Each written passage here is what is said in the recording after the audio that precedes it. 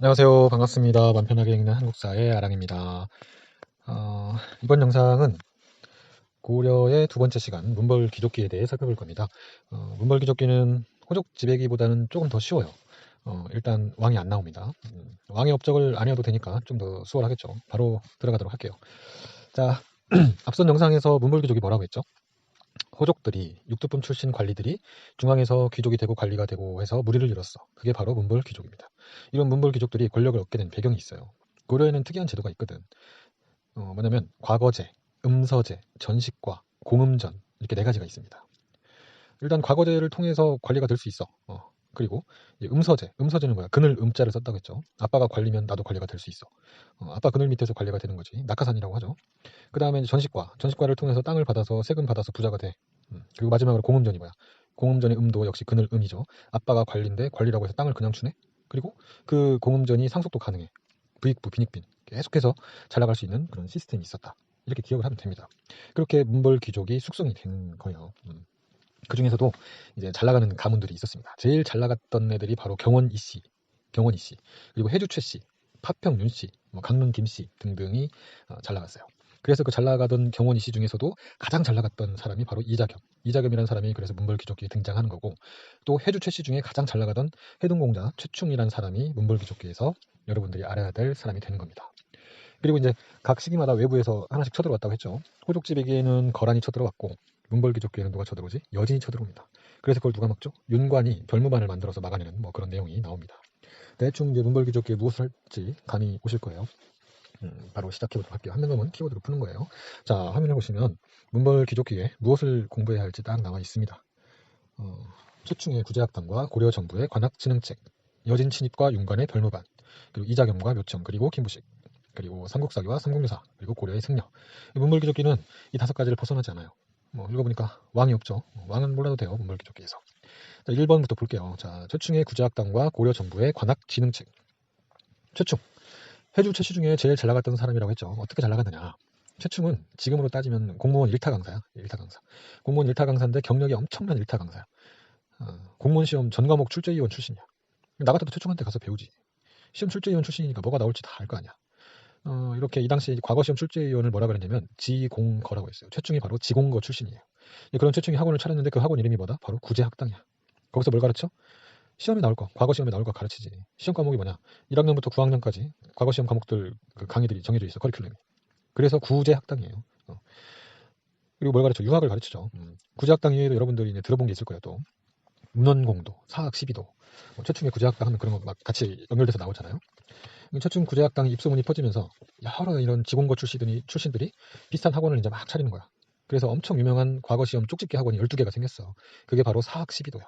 그 중에서 최충의 구제학당은 문헌공도라고 불렸고, 그 문헌공도가 사학 12도 중 하나가 되는 거죠. 선택지는 어떻게 나올까? 최충이 구제학당을 설립해서 유학교육을 했다. 그냥 이게 끝이야. 이게 그냥 선택지예요. 그럼 이제 문제는 어떻게 나올까? 그냥 이 최충이 구제학당을 설립해서 유학교육을 했다라는 이 내용이 문벌귀족기다라는 사실을 알고 있으면 돼요. 그래서 문제는 사료가 광종 때 과거제, 무신종변 이렇게 사료 나오고, 그 사이에 있었던 일은 최충이 구제학당을 설립해서 유학교육을 했다. 이게 답이란 얘기입니다. 어렵게 안 나와요. 호족지배기와 무신집권기 사이인 문벌귀족기에 바로 해동공자 최충의 구제학당이 있었다. 그렇게 알면 됩니다. 이렇게 구제학당, 문헌공도, 이른바 사학 12도가 대유행을 하게 됩니다. 지금으로 바꿔 말하면 엄청난 그런 사교육 열풍이 이제 불어닥친 거예요. 그러니까 고려 정부에서는 어떻게 해야 돼? 공교육을 정상화시켜야지. 요새도 그러잖아요. 그래서 최충의 구제학당과 고려 정부의 관학진흥책이 묶어서 나오는 거예요. 공교육을 살려보자, 이런 거. 그게 바로 관학을 으쌰으쌰하자, 진흥하자, 그 얘기입니다. 고려의 관학진흥책은 시험에 꽤 자주 나오는 편입니다. 대략 이제 화면의 것들을 외워놓으면 돼요. 국자감 고려 대학이죠. 국자감에 전문강자 7제를 두어 운영했다. 또 경사육학을 중심으로 제도를 정비했다. 장학기금 마련을 위해 양안고를 설치했다. 청연각, 보문각 등을 설치하여 학문을 연구했다. 칠제, 경사, 육학, 양현고, 청연각, 보문각 이런 것들을 키워드로 외워놓으면 바로 풀립니다. 최충은 구제학당이었죠. 우리한텐 국자감에 칠제가 있다. 들어와라, 국자감으로. 경사, 육학은 이 국자감을 6개 전문 분야로 나누는 거야. 커리큘럼 좋으니까 들어와서 공부해, 이 얘기예요.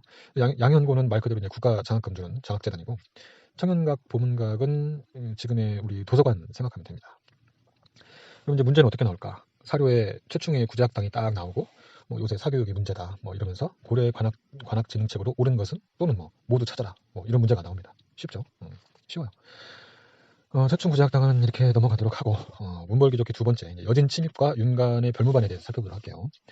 호족 지배기에는 거란이 쳐들어왔었죠. 문벌귀족기에는 누가 쳐들어왔지? 여진이 쳐들어옵니다. 여진족은 대체 뭐야? 처음 들어보는데. 아닙니다. 여러분은 여진족을 아주 잘 알고 있어요. 여러분 그 발해 공부하신 분들은 알 거예요. 발해의 지배층은 고구려인이고 피지배층은 말갈인이었다. 그 말갈인들이 바로 여진족입니다. 그리고 여진족이 나중에 금나라가 돼요. 세력이 커져요. 그래서 이자겸은 금나라의 사대를 하고 뭐 묘청은 금나라를 정벌하자 이런 얘기가 나올 건데 금나라가 바로 여진족이에요. 또 나중에 조선 후기로 넘어가면 청나라 나오죠. 청나라가 이 후금 금나라 후금이 이름 바꿔서 청나라가 된 거예요. 그러니까 뭐 금나라 청나라 다 알면서 저 여진족 몰라요 뭐 이러면 된다 안 된다. 대단한 민족이죠. 나중에 중국을 지배하잖아 청나라. 얘네들이 원래 저기 우리 그 근대 공부할 때 배우는 북간도 있죠. 북간도 만주 동북쪽 그쪽에 살던 애들입니다. 아무튼 문벌귀족기에는 누가 쳐들어오냐? 여진이 쳐들어왔다. 원래 여진족은 우리한테 막 조공바치고 했던 힘이 약한 애들이었어. 근데 여진이 쳐들어와? 이게 뭔 일이야? 응? 얘네들이 원래 여러 부족들로 나눠져 있었어요. 그때는 힘이 약했지. 근데 그 중에 완옌부라고 하는 부족이 여진족 그 여러 부족을 통일을 하게 됩니다. 힘이 엄청 세진 거지. 힘이 하나로 뭉쳐진 거야. 그러니까 얘네들이 우리가 힘이 이렇게 센데 고려에 조공받을 필요가 있나? 이제 고려를 쳐보자. 해서 고려랑 싸움이 붙습니다. 근데 얘네들이 기병이 겁나게 세. 기병이 뭐야? 말 타고 막 달리면서 모가지 베버리고 막 그런 겨. 근데 우리 고려군은 아직 그 제대로 된 기병이 없어요. 그래서 그 고려 장수였던 윤관이 여진하고 싸워봤는데 도저히 이길 수가 없는 거야. 말 타고 칼 들고 막 달려버리니까 막 어떻게 해볼 수가 없는 거야. 그냥 지지치고 이제 싸움에서 지고 나서 왕한테 가서 딱 얘기를 하는 거지. 그 내용이 사료로 나옵니다. 우리가 오랑캐들 그 여진족하고 싸웠는데 우리가 기병이 없어서 졌어요. 우리도 기병을 키워야 됩니다.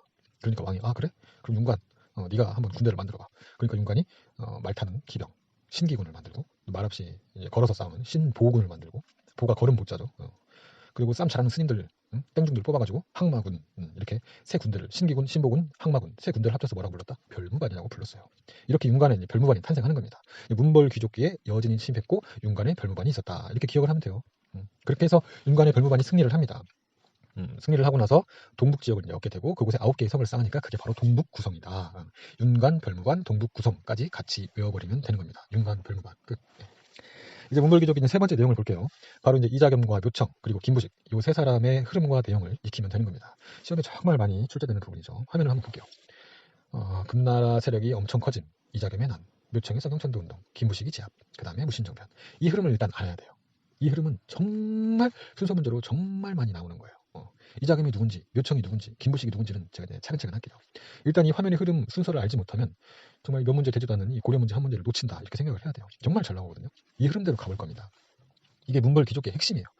자, 일단 현재 상황은 금나라 여진족이 점점 커지고 중국 본토를 위협할 정도로 커진 거야. 자, 이 상황에서 이자겸부터 살펴보도록 할게요. 앞에서 문벌귀족기 제일 잘 나갔던 성씨가 뭐랬죠? 경원이 씨랬지. 경원이 씨. 그 중에 제일 잘 나갔던 사람이 바로 이자겸이었어. 왜 잘 나가? 고려는 동물의 왕국이라고 제가 몇 번 얘기했었죠. 이자겸은 닥치는 대로 자기 딸들을 왕씨라고 결혼을 시킵니다. 자기 둘째 딸을 왕하고 결혼을 시켜. 그럼 뭐야? 자기가 왕의 그 장인어른이 되는 거지. 그 사이에서 아들이 태어났어. 그 왕위를 이어받았어. 자기 손자지. 그러니까 이자겸이 또 그 자기 손자를 자기 셋째 딸, 넷째 딸을 그 자기 손자 그 태어난 왕한테 시집을 또 보내. 족보가 그냥 완전 개꼬이는 거예요. 개 막장 족보가 되는 거예요. 그러니까 막 이모가 조카랑 결혼하고 막 그렇게 되는 거지. 아무튼 이제 그런 식으로 막 아내 유혹보다 막 더 개막장 그런 태클을 타면서 이자겸이 문벌귀족기 최고의 권력에 오르게 됩니다. 권세가 막 하늘을 찔러. 막 곡간은 넘쳐나고 막 너도나도 막 아부하고 막 곡간에 막 쌓아놓은 그 고기가 막 썩어서 문드러질 정도로 막 냄새가 막 날 정도로 막 뇌물을 쳐먹었어. 이자겸이라는 사람이. 그리고 자기 생일을 인수절이라고 부르고 엄청난 생파를 냅니다. 임금 생일보다 막 더 화려하고 그래 막 권세가 하늘을 찌르니까 막 개망난 짓을 막 하고 다니기도 아무도 뭐라고 안 합니다. 사료에 권세가 하늘을 찔러 이런 말 나오고 또 생일을 인수절이라 불렀다. 이런 사료가 나오면 누구다? 바로 이자겸이다. 이런 이자겸이 최고 권력에 있을 때 여진족도 최고로 세지면서 금나라가 만들어집니다. 그리고 나서 고려에 조공을 요구하게 돼요. 군신관계를 요구하게 됩니다. 군신관계가 뭐야? 우리 금나라 임금이고 고려 너네는 신하해. 그걸 유식한 말로 뭐라고 하지? 너네 이제 우리한테 사대해. 사대하라고 그러죠. 사대. 이런 소식을 들은 이제 고려 조정은 뒤집어졌어요. 옛날에 우리한테 조공 바치던 새끼들이 군신관계를 요구하네. 근데 이 말을 듣고 있자니까 정말 이제 자존심은 상하고 또 이 말을 안 듣자니까 금나라가 쌈을 너무 잘하는 거야. 그런데 당시 그 최고 권력이었던 이자겸이 정리를 이제 딱 해주는 거지. 야, 우리 그냥 금나라에 사대하자. 군신관계를 수용하자. 금나라 여진족 애들 진짜 무서운 애들이야. 지금 중국 본토도 먹으려고 하는 애들인데 우리 괜히 밑보였다가 뒤질 수도 있어. 그래서 이자겸 선택지로 뭐가 나오지? 금나라와 군신관계를 수용했다. 또는 금나라의 사대 요구를 수용했다. 라는 선택지가 나오게 되는 겁니다. 그게 이자겸의 핵심이에요. 금나라와 군신관계를 수용했다. 또는 금나라의 사대 요구를 수용했다. 라는 선택지가 나오게 되는 겁니다. 자, 이제 이자겸의 난을 봐야죠. 이자겸의 난. 이자겸이 이렇게 맨날 이제 뭐 개망나니 짓을 하고 권력의 하늘을 찌르니까 당시에 임금도 열받고, 임금 누군지 말 필요도 없어. 아무튼 임금도 열받고 다른 신하들도 이제 빡친 거야. 그래서 이자겸을 없애려고 모의를 합니다. 근데 그걸 이자겸이 사전에 알아버렸네. 이자겸 열받았지. 그리고 그 당시 이자겸 옆에 우리나라 그 역사상 최고의 장수라고 불리는 척준경이라는 그 장수가 있었어. 이 척준경은 전 세계로 그 범위를 넓혀가다 쌈을 겁나게 잘하는 장수였어요.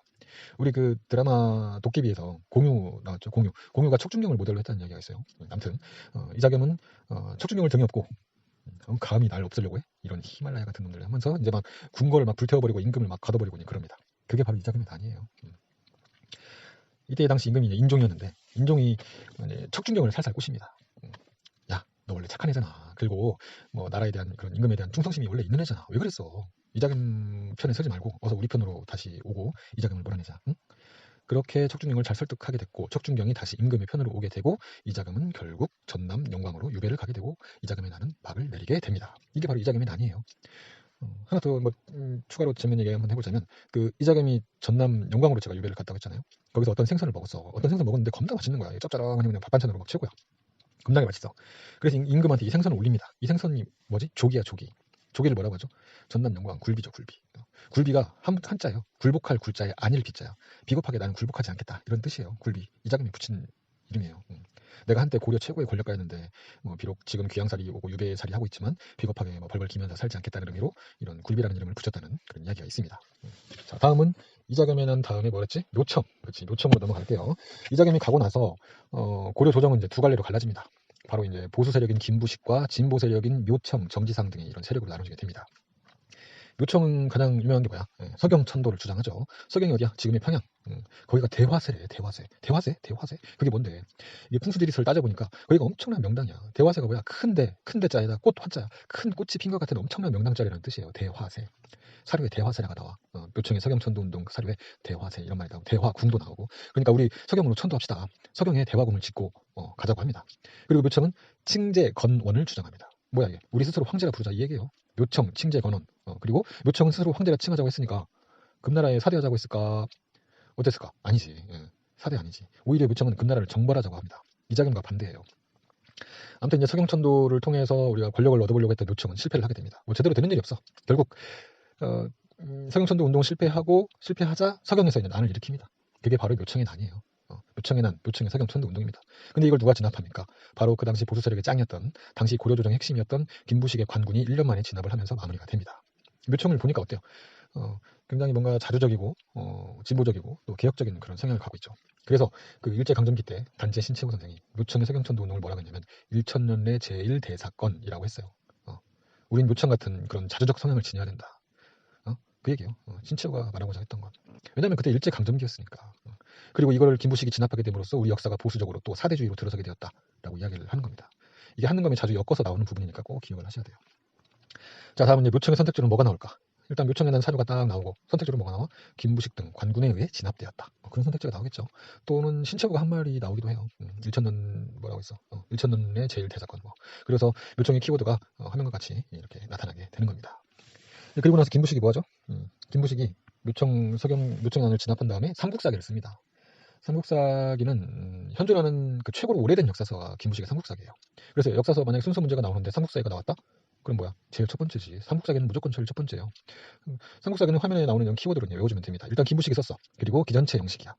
이게 삼국사기가 본기, 열전 이렇게 나눠져 있어요. 그래서 본기의 기, 열전의 전 해서 이렇게 나눠져 있어서 기전체입니다. 기전체.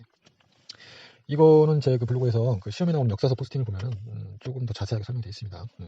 그리고 유교적 합리주의에 입각해서 썼습니다. 삼국사기는 뭐 이렇게 해서 끝내면 됩니다. 삼국사기를 알았으니까 삼국유사를 같이 비교해서 잘 나오겠죠. 삼국유사는 원 고려 그 원 간섭기 때 충렬왕 때 스님 승려였던 이련이라는 스님이 쓴 겁니다. 이걸 이제 삼국유사는 원 간섭기에 썼다는 거를 꼭 기억하시면 돼요. 삼국유사가 읽어보면 되게 재밌습니다. 물론 고대 민간 설화들도 많이 들어가 있고 지중한 고추가 컸다는 얘기도 들어가 있고 뭐 여러 가지 재밌는 일들이 많이 있습니다. 책으로도 많이 나와 있으니까 한번 찾아서 읽어보세요. 단군신화도 들어가 있고 또 불교사 중심으로 써 있다. 스님이 썼잖아요. 기억하면 됩니다. 자, 이제 문벌귀족기의 마지막 고려 승려 문제를 보도록 할게요. 의천, 진울, 요새, 균여, 각군, 해심 이렇게 6명 보면 됩니다. 의천, 진울, 요새 이 앞에 세 승려는 주인공으로 등장하고 뒤에 균여, 각군, 해심은 선택지로 나온 승려들이에요. 자, 의천부터 보겠습니다. 고려 승려는 의천과 진울이 제일 잘 나옵니다. 우리 신라 승려는 누가 제일 잘 나왔죠? 원효하고 의상이 잘 나왔죠. 진짜 외우기 힘든 사람은 고려 승려 의천하고 진울이라도 꼭 알아야 돼요. 정말 잘 나오니까. 의천부터 볼게요. 자, 의천은 고려 문종의 아들이에요. 문종의 아들. 뭐야? 왕자야, 왕자. 왕자라는 얘기입니다. 그리고 또 고려 숙종의 동생이기도 해요. 숙종의 동생. 문종의 아들, 숙종의 동생이 사로로 나와. 그럼 뭐야? 의천 문제예요. 의천 문제. 자, 의천은 다시 말하면 왕족이라는 얘기예요. 그럼에도 불구하고 의천은 승려가 되려고 했어요. 그래서 송나라로 밀항을 하게 됩니다. 이게 불법을 배우고 연구하러 떠나요. 그래서 송나라에 가서 공부를 엄청나게 합니다. 그리고 돌아와서 천태종을 창시합니다. 의천 천태종. 우리 한국을 빛낸 100명의 위인들의 그 노래 나오잖아요. 의천 천태종. 원래 중국에 천태종이 있었어요. 근데 바다 건너 동쪽에 천태종에서 해동 천태종을 창시하게 되죠. 그리고 돌아와가지고 고려로 돌아와서 국청사라는 절을 짓습니다. 그리고 자기가 공부했던 것들을 쭉 정리를 해서 책으로 만들어요. 책의 권수가 몇 권이냐면 4,700권. 4,700권 정도 되는 책을 만듭니다. 그 책 이름이 뭐냐? 바로 교장이라는 책이에요. 교장을 간행합니다. 권수가 겁나게 많잖아요. 그래서 그 교장 그 목록만 따로 정리한 게 신편제종 교장 총록이라는 걸 또 만듭니다. 이게 나올 수도 있어요. 신편제종 교장 총록. 이거는 지금 고려대 박물관에서 보관하고 있습니다. 다음으로 이제 의천하면 알아둘 게 교관겸수죠. 교관겸수. 우리 불교에 교종하고 선종이 있는 걸 잘 알고 있죠. 의천과 진울 둘 다 교종과 선종이 통합되어야 될 필요성을 느꼈어. 그래서 둘 다 교선일치. 교종과 선종을 통합시키고 통합하고 일치시키자고 주장을 합니다. 근데 의천은 왕족이야. 귀족이지. 내가 귀족은 뭐랬어? 교종이죠. 의천은 교종이야. 그래서 교종 중심의 교선 통합을 주장한 게 바로 의천이에요. 교관겸수에 교자 들어가잖아. 교자 들어가잖아. 교종 중심 통합. 의천은 왕족이야. 기억하고 싶죠? 교관겸수에 교자 들어가고 교종 중심의 통합이야. 의천은 왕족이니까 당연히 교종이고. 교관겸수는 경전 읽기와 수행을 동시에 같이 하자 뭐 그런 뜻입니다. 그리고 이제 우리 숙종 때 그 앞서 호족지배기에서 배웠죠. 숙종 때 주전도감을 설치해서 사만통보, 해동통보, 고려경제 하면서 배웠잖아. 만들었다고 했었잖아요. 기억하죠? 그걸 건의한 사람이 바로 의천입니다. 뭐라고 숙종의 동생이 의천이라고 했잖아요. 형아, 숙종한테 얘기한 거야. 형, 우리 돈 만들어가지고 한번 써보는 거 어때? 하고 자기 형 숙종한테 건의를 한 거예요. 그래서 의천이 화폐 사용을 주장했다. 이 정도까지 기억을 하면 되겠습니다. 자, 의천 마치고 두 번째로 진울을 가볼게요. 진울. 지금 우리 한국 불교 하면 뭐죠? 조계종이죠. 조계종. 이 조계종의 조상이 바로 진울이에요. 진울은 보조국사라고 불렸습니다. 보조국사 나오면 진울이에요. 진울은 어렸을 때부터 몸이 엄청 약했어요. 그래서 기도를 많이 했어. 참선, 수행 많이 했죠. 몸이 약해서. 기본으로 참선, 수행 이런 거 막 잘해. 기본으로 아주 잘하는 승려예요. 참선, 수행하면 뭐야? 선종이야, 선종. 그쵸. 진울은 선종이에요. 교선일치를 추구했는데 진울은 선종 중심의 교선일치를 추구했다. 기억을 하면 됩니다. 그래서 진울의 교리가 뭐 있어? 두 개 있지. 도노점수와 정의 쌍수 두 개 있잖아. 돈오 한 번에 깨닫고 점수 점진적으로 수행한다. 정의 쌍수는 뭐야? 정 마음을 바로잡고 해 지혜롭게 쌍수 같이 수행한다. 마음을 바로잡는 일, 지혜롭게 하는 일 두 가지를 같이 수행한다. 그래서 정의 쌍수야. 둘 다 점진적으로 수행해. 도노점수 쌍으로 수행해. 정의 쌍수 둘 다 수행이지. 진울은 수행, 선종 중심의 교선일치. 기억을 하면 돼요. 그렇게 기억하면 됩니다. 자, 그리고 진울이 활동할 때가 불교가 엄청 이제 막 타락을 할 때입니다. 그래서 진울은 이런 타락한 불교를 개혁해야 한다는 운동을 펼쳐요. 그 운동이 바로 수선사 결사 운동이에요. 진울 수선사 결사 운동 어디서 했어요? 순천 송광사에서 했습니다. 그래서 진울 사료로 순천 송광사가 종종 등장을 해요. 이제 막 헷갈리죠. 정예사, 수선사, 송광사 도대체 뭔 소리 아니야? 그냥 이렇게 하세요. 정예사, 수선사 또는 정예 결사, 수선 결사는 불교 타락에 맞서서 개혁 운동을 하기 위해 진울이 만든 결사체다. 이렇게 생각하면 되고 그 운동은 어디서 했어? 순천 송광사에서 했다. 그냥 이렇게 기억하면 돼요. 사실은 정예사, 수선사도 다 절 이름이네요. 절 이름인데 그냥 여러분들이 외우기 힘드니까 정예사 수선사는 불교 타락에 맞서 개혁운동을 했던 그런 결사체를 정예사 수선사라고 외우고 그걸 위치는 순천에 있는 송광사에서 했다. 진울이. 이렇게 기억하시는 게 더 편할 거예요. 자, 진울 끝. 아니 요새 가볼게요. 요새. 진울은 제가 조계종이라고 했죠. 요새는 천태종이야. 진울이 그 수선사 결사운동을 할 때 요새는 천태종파에서 개혁운동을 했어. 그게 바로 백년결사예요. 백년결사. 어디서 했어요? 백년사에서 했어요. 백년사는 어디 있습니까? 전남 강진에 있습니다. 제 강진 포스팅 한번 했을 때 정약용 포스팅에서 한번 다뤘었는데 전남 그 강진에 정약용의 다산초당이 있습니다. 그 다산초당 그 오솔길을 따라 지나가면 백년사 나와요. 강진 만덕산이라는 그 산에 있습니다. 백년사를 그래서 만덕사라고도 해요. 사료에 백년사라고 나올 수도 있고 만덕사라고 나올 수도 있어요. 아무튼 백년결사는 요새 고려성녀 요새다. 무엇을 바탕으로 했다? 법화 신앙을 바탕으로 했다. 사료에 법화 참, 법화 뭐시기 어쩌고 나오면 요새예요. 요새는 법화 백년사 이렇게 알면 됩니다. 끝. 요새 끝. 자, 이제 균여, 각훈, 해심 보고 끝낼게요. 균여는 보현 10원가를 지었다. 끝이에요. 보현 10원가는 향가입니다. 향가. 이 불교를 대중화하려고 고려 균여라는 승려가 향가인 보현 10원가를 지어서 부른 거예요. 다음에 각훈은 해동 고성전을 지었어. 이건 역사서 문제에도 가끔씩 등장을 합니다. 우리 그 신라시대 승려들 배웠죠. 그 신라시대 승려 이야기들이 다 어디서 나왔냐면 바로 이 각훈의 해동 고성전에서 다 나온 거예요. 해동 고성전은 무신정권 시절에 쓰여진 거예요. 지금 이렇게 하나씩 알아가는 겁니다. 지금 우리 역사서 지금 3개 봤어요. 삼국사기 김부식, 언제 쓰여졌어? 문벌귀족기에 쓰여졌다고 했지. 그 다음에 해동곡성전 무신직권기에 써졌고, 아까 그리고 삼국유사는 원간섭기에 써졌다. 다 고려시대 역사서입니다. 역사서는 뭐 나중에 따로 할 텐데 이렇게 하나씩 알아놓으면 좋잖아요. 자, 그 다음에 해심. 저 해심 좋아합니다. 해심이 띵언을 남겼거든. 명언을 남겼어요. 해심은 유불일치설을 주장했어요. 그냥 그렇게 선택지에도 나와요. 유불일치설을 주장했다. 고려 승려 해심이에요. 이 사람이 한 띵언이 있어요. 나는 불교의 유생이요, 그대는 유교의 불자니라. 라는 띵언을 남기게 됐죠. 제가 역사 공부를 이제 쭉 하다 보니까 이런 그런 뇌리에 남는 그런 명언을 남긴 분들이 몇 명 있는데, 이 명언은 정말 세 손가락 안에 드는 명언 같아요. 이런 해심과 같은 이런 포용력, 다른 종교를 포용할 수 있는 그런 능력이 지금의 종교에서는 부족하기 때문에, 종교 때문에 막 전쟁이 나고 막 그러잖아요. 나는 불교의 유생, 그대는 유교의 불자. 이게 참 멋진 말 같아요. 자, 이렇게 해심 유불일치설을 기억하면 됩니다. 자, 이렇게 해서 이제 문불귀족기를 끝내도록 하고요. 다음 영상에서 고려에서 가장 재밌는 무신직공기를 살펴보도록 할게요. 무신직공기는 그냥 재밌습니다. 시험에도 잘 나와요. 재밌으니까. 강렬하니까. 드라마로도 자주 만들어지는 시기가 바로 무신직공기입니다. 그리고 이런 특이점이 있는 건 역사에서 중요한 부분이기 때문에 당연히 시험에도 잘 나오겠죠. 무신직공기에서 만나도록 하겠습니다. 고생하셨습니다.